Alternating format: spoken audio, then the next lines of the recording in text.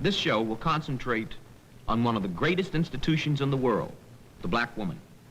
In order to get the real feelings and perspective of our sister, we went to her. A group was brought together with as many differences as likenesses, but held together by the common thread of the black experience. Another institution was added, Sister Lena Horne, who can, from first experience, speak about survival if you are born a woman and black in this society. Our woman has borne us, nurtured us, and saved our race, and in the process, she often got the worst of it. As a unique institution, the black woman remains.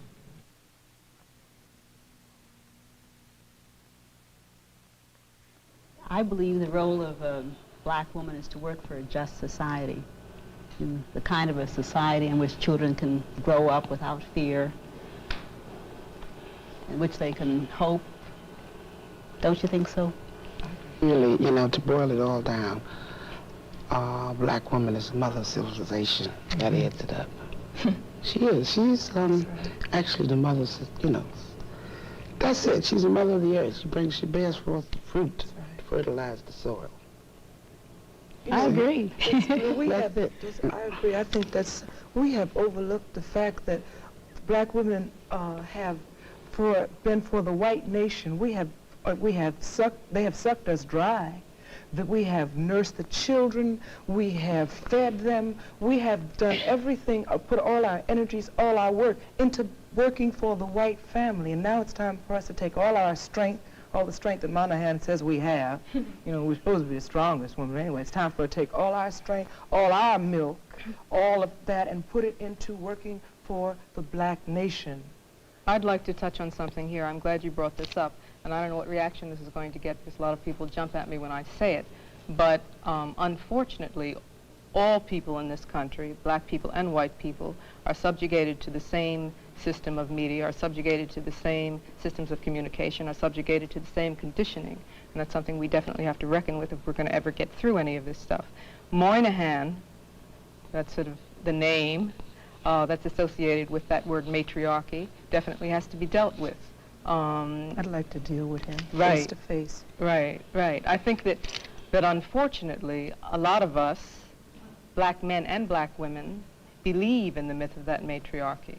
And I think that belief engenders a lot of negative things. Number one, it says that matriarchy is inferior to patriarchy, which is a whole thing right there. You see that patriarchy is a sort of natural or divine order of things, which is not so. Two, that black men have believed and internalized the myth of white womanhood in this country and Anglo-Saxon impositions, so that they place us in relation to where white women are. There's two things a woman, I believe, being a black woman and a very proud black woman, can do for a man, make him or break him. And then you take into consideration how the black man has been berated by the white man. His woman, you know, adequately couldn't have the luxuries of another woman, born the same just like her. This man has to, you know, black men have stood by for a very, very long time and been humiliated by the system. He can't get the job that this fella can get. And you must understand that his wife might have to go on welfare. He has to stay in the humility of that. He has to watch the plumber duck if the welfare worker come in there. You understand me? He has always been like made to feel he's below the next man. So you must, all this you must come, you know, take into consideration. You know, now black men are learning, you know, that they're part. They're beginning to feel like a man. They're getting their dignity and their pride back. So he needs a woman to keep on pushing him. Vice versa, you know. When you say about, you know, in the system, this system has destroyed, actually, the black man. You know, because everything that we've ever done, there's no part of this country that you can say, if you touch that a black man didn't bring it in here. You know, everything that they built, they've never been able to share with it. I don't even want to hear that, you know.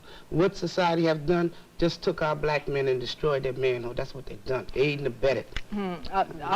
Please, I'm certainly not in disagreement. I'm in 200% agreement with everything you said. I think we all are. But mightn't it, excuse me, mightn't it be, you know, like, we understand that what the brothers are going through now, as you say, the cultural nationalism, but mightn't it all be very revolutionary, and you might be the better woman for understanding that they, at this point, they need you to walk a few feet behind them to get their manhood together. So if it takes that, then I'm going to do whatever the brothers need now. I mean, I've been doing a lot of research on slavery and talk about wiping out and ripping off a people. They did it to the black man. They did it. And if it takes, at this point, a cultural nationalist say, you got to walk 4 paces behind me, baby, slow. If that might be revolutionary, I'll do that. I mean, I'm going to do anything at this point that's needed. Is that revolutionary? How revolutionary is it if one half of us is in condescension and a kind of almost fear, saying, walking 10 paces behind you, saying that in order for me to, quote, regain my manhood, maybe that's I have to deny you your right peoplehood. No. Is that revolutionary? I think we I'm really have to saying explore if somebody that. really needs that, I don't. We just have to do whatever we need to do to help that these says black to me men that get you together. really believe that there has been this thing called a matriarchy that, as Moynihan I put it, believe we've been ripped off as a people. Black people have been ripped off. No, we haven't been ripped off. but you're not dealing with the internal thing that really... I take that back. Black people hasn't been ripped. Black people have been raped of every ounce of human things that's entitled and due another human being. Right. Do you know how we that's really what it can't is. get this together? And really, because to me, this is very alien, and we shouldn't be sitting here talking about defining something which has been defined for us. We should be about redefinition. And I don't particularly care whether I walk alongside, in back of, or in front of. That is going to have to be defined for me by my man. We know too well what our being is all about in the United States of Europe. We have to deal with that. That's why I started out by saying, are we talking about changes within existing systems? Because that's all we're talking about. We're talking about a black nation within a European nation. And if we have to deal with that, then let's redefine our own culture and stop being a subculture. Stop worrying about the man. That's deifying him. Who is the man? You know. I agree with you, except, sorry, go ahead, Amelia. No, I just wanted to mention in terms of cultural nationalism and what, brothers feel. I don't know, if it's all true that brothers would like you to walk 10 paces in back of them. But I do know that we do have a definite role, and until we play our definite role, they cannot play their definite role. And our roles are complementary, complete and make perfect that which is imperfect. And that if we go about being the inspiration of the nation, and again, educating the children of the nation, and participating in the social development of the nation, that it would be no problem. And when we say we should not discuss things, we start out to discuss them. Like, why raise Moynihan if he's invalid? Don't raise him. Don't talk about him. I really believe this very strongly, that as much as we would all like to say that and struggle every day re-examining ourselves to do just that, that we are, unfortunately, very much a part of that dominant culture. It does affect us. Now, if it didn't affect us, we wouldn't be fighting crackers. And that's the truth of it. If it didn't affect us, we wouldn't get mad about what Mr. Moynihan writes. And if it didn't affect us, certain people would not react to the myth of the matriarchy in the way they do. And that's why it has to be exposed and destroyed. It's not that I really want to spend time talking about Mr. Moynihan. It's that I think that we have to get rid of the illusions, we have to get rid of the poisons, we have to get rid of the lies. And one way to do that is expose it and dissect it. Another way, if we create a new life, a new value system, and live it as an example. That's what I'm talking about. That's it. That would probably be the That's best it. way, because then people could see it as a living thing and not as a theory. Because what we need to do is to reestablish a new value system. That's what black people need, a value and system. exactly, and how do we go about that? We go about it the way you go about daily work.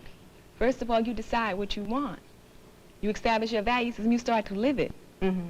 And the people in your community, you start talking to your neighbors. You get yourself together first. Exactly. Then you get your community together. We're in agreement. Then you get your neighborhood together. We're in agreement. Right. And then you can move on out. But in the beginning, you got to make sure you got yourself together. Right. You know, Okay. you have to start right here. But I think we ought to be sure we understand what she's saying. Now, this relates to what you said earlier about the black nation, right? Exactly. I'm not sure I understand what you mean by the black nation. I mean, black people's lives, being self-determining, defining yourself, naming yourself, and having political power. We're a nation already without political power and military power.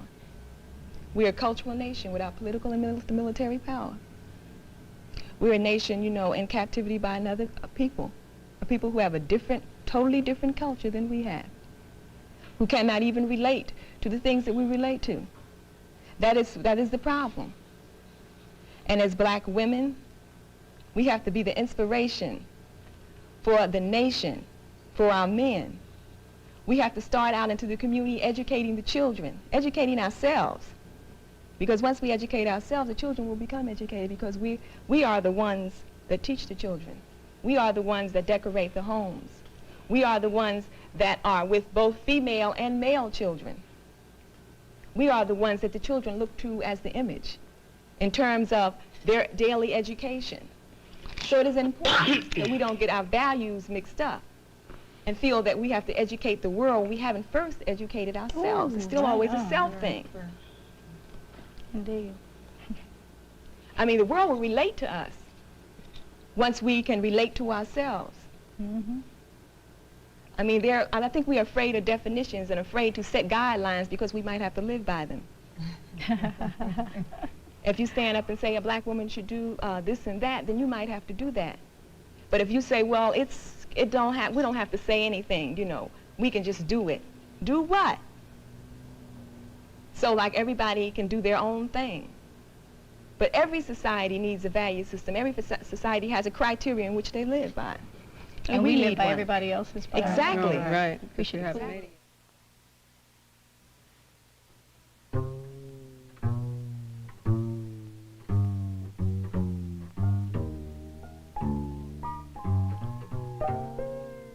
I'm a cotton field in the burning sun. I'm the lash of a whip when the day is done. I'm a mother taking her son from the ends of a road. What he's done, God don't know. I'm the pain my mama felt while she was breaking that corn, 'cause the boss man made her work till the hour I was born. These are the hands that fix the food with a smile, for in my mama's lap she rocked the boss's child. Do you want to see this land? Then listen to what I say. Do you want to see this land? Look in my face. I'm a soldier on a battlefield, far away from home, who's fighting for something he's never known. A ghost from my past guides me from day to day, and to know I'm going right keeps me on my way. Do you want to see this land? Listen to what I say. Do you want to see this land? Then look in my face. Hey.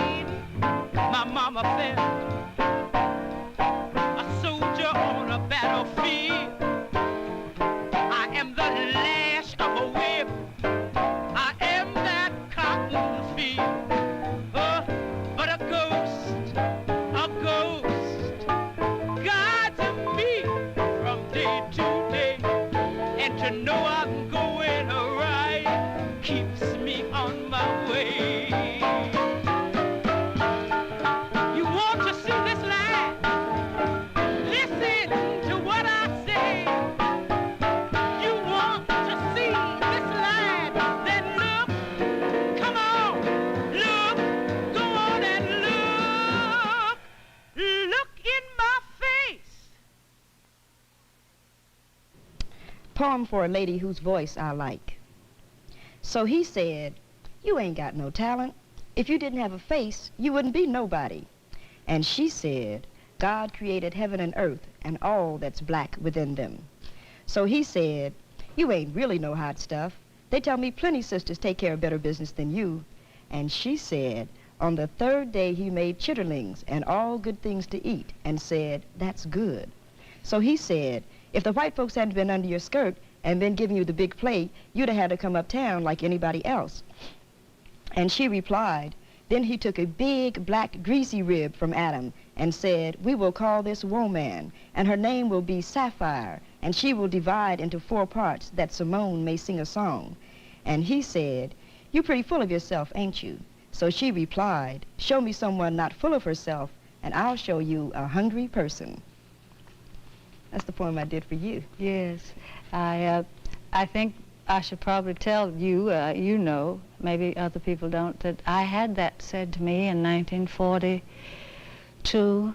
I worked at the Howard Theater in Washington, and a black band leader told me, there's millions better looking, sing better, and it hadn't been for you being picked by white folks, you know, you couldn't make it. And it stuck with me a long, long time in my life, and I'm still trying to learn how to sing, but I say inside every black woman, there's an Aretha screaming to come out. You better believe it. And that's me. That's, yeah. You know, I don't think it, you are the most imitated singer, black or white as they say, in the world. I think that happened because I was picked to, like the man said, I was picked at that time to be what they thought a black woman was like. I was picked even before my own development, and when they picked me, they found they had a tiger by the tail because they really didn't know what was inside of me. And I was made to look like someone not me. I was made to look like I had to learn to sing, and I was not allowed to imitate rhythm and blues records because they weren't played very much, and I was raised by middle-class people who didn't believe in singing the blues. And I was made to look like Hedy Lamarr and so forth and so on. That's way before your time. Oh, nobody remembers Hedy Lamarr. Nobody remembers that. But I think then the girls who began to have the opportunity at that time, because they had finally opened the way for one, they began to put them into the same image too. And so we had a whole decade or so of girls who thought it expedient to imitate me because I was making it, you see. They say you've been trying to change your image. I don't know what that means. Well, I think what it means probably is that since Greensboro, as recent as that, and sit-ins, I was able to flee my establishment stereotype because young people had freed me. And I think that since I always have been what I am inside, that I've been able to survive because they really didn't kill anything black in me. I was, because I remember you were out in, I think, Las Vegas, and you beat that guy bloody with your shoe. Yeah, well, I drew a little blood. It was in Los Angeles. It was in Los Angeles. That probably was the first time I felt less lonely. By the isolation that was imposed upon me by very nature of its definitive isolation from my own people, from white people, this middle thing that I was in, had kept me very much alone spiritually too. And I got insulted. I had frequently done so, but I hadn't done it at a place where there were a couple of reporters around. And the guy made me mad, and I struck him violently because I am violent in a way. You're trying to say violence purges the soul?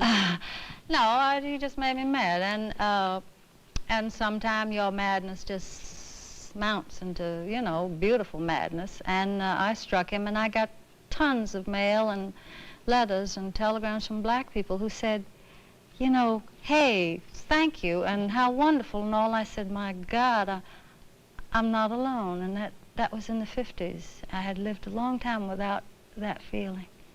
And there are so many young black people now who I see doing things that are revolutionizing me and the world. Let me sort of ask a question that might be difficult. Like you grew up with, but professionally with Billie Holiday and Dinah Washington. Yes. And you survived, and they didn't. Do you? I'm sort of asking, I guess, to respond to that. Like, why? Can you? I don't know. I didn't want anybody to kill me. I think I didn't want them to destroy me. I mean, let's say I won't say hate because it's very bad, and I've not allowed myself until recently to love and open myself up to love. I was strengthened by my active disinvolvement, hidden, but it kept me surviving, and I think my background, my people must have. I find great migrations made by my great-great-grandmother on both sides that I didn't know anything about until I was in my 40s, and they survived, and it must be in us. Yeah. I'm sorry that, you see, I loved Billie very much, and I loved Dinah, and they were both very gentle women to me. They were very good to me when I was starting. And I think I began to know about the sisterhood during those years. You had a personal tragedy. Your father died, and then your son. Yes, this past 6 months I've lost my father and my son, and they were both black men that I was denied until I was along in my years. My father and my mother separated when I was 3, and my son was taken from me when he was 3. But I got to know them when I was older, and they really fulfilled a great deal. When you got ready to marry Lenny Hayden, one of the statements that you made was that you didn't have the strength to marry a black man. How would you? I had married first a black man, and I wasn't a big enough woman to help him. I married him because I had nobody. I ran away from life as a chorus girl at 16, and a stepfather who was white that I didn't understand. And then I found out how difficult it was for a black man to live at that time and to exist. And I failed him. I didn't know, I didn't have enough consolation in myself because I'd never had it to give to him. What do you think about the Angela Davis case? What do you think about Angela? I think that I hate to see another one about my young women being destroyed. When Angela was arrested, they had a thing uptown. Her mother came, her sister was up there. And one of the parents at 13, I believe, one of the young ladies, was saying, you know, they can say Angela is beautiful, and they can say she's brilliant, but she's right in the same women's detention home that the sisters that walk the street are in. What I'm so afraid of is this actually is a calculated, genocidal move in many instances, because the threat of this kind of strength that these young people have, which may not always be comparable to the kind that our ancestors had, is so positive and so fearless that it frightens people. And I don't want to see this continue, but sometimes I worry that it's a concentrated, thought-out effort to not have a young generation so strong and so beautiful.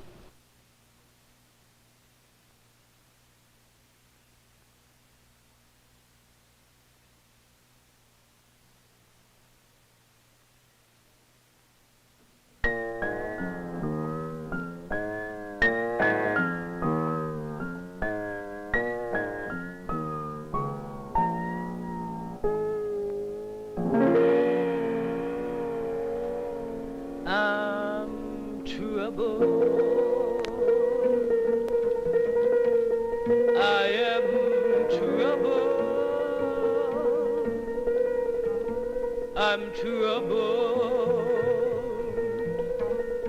troubled in mind. If someone don't help me,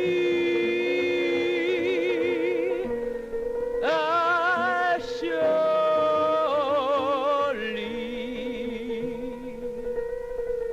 will die. Trouble, trouble, I'm troubled in mind. Oh, trouble, trouble, trouble never leaves me behind. If someone don't help me, I surely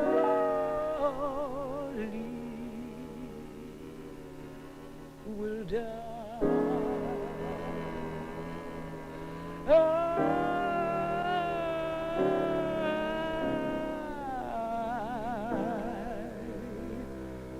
will die. I'll die.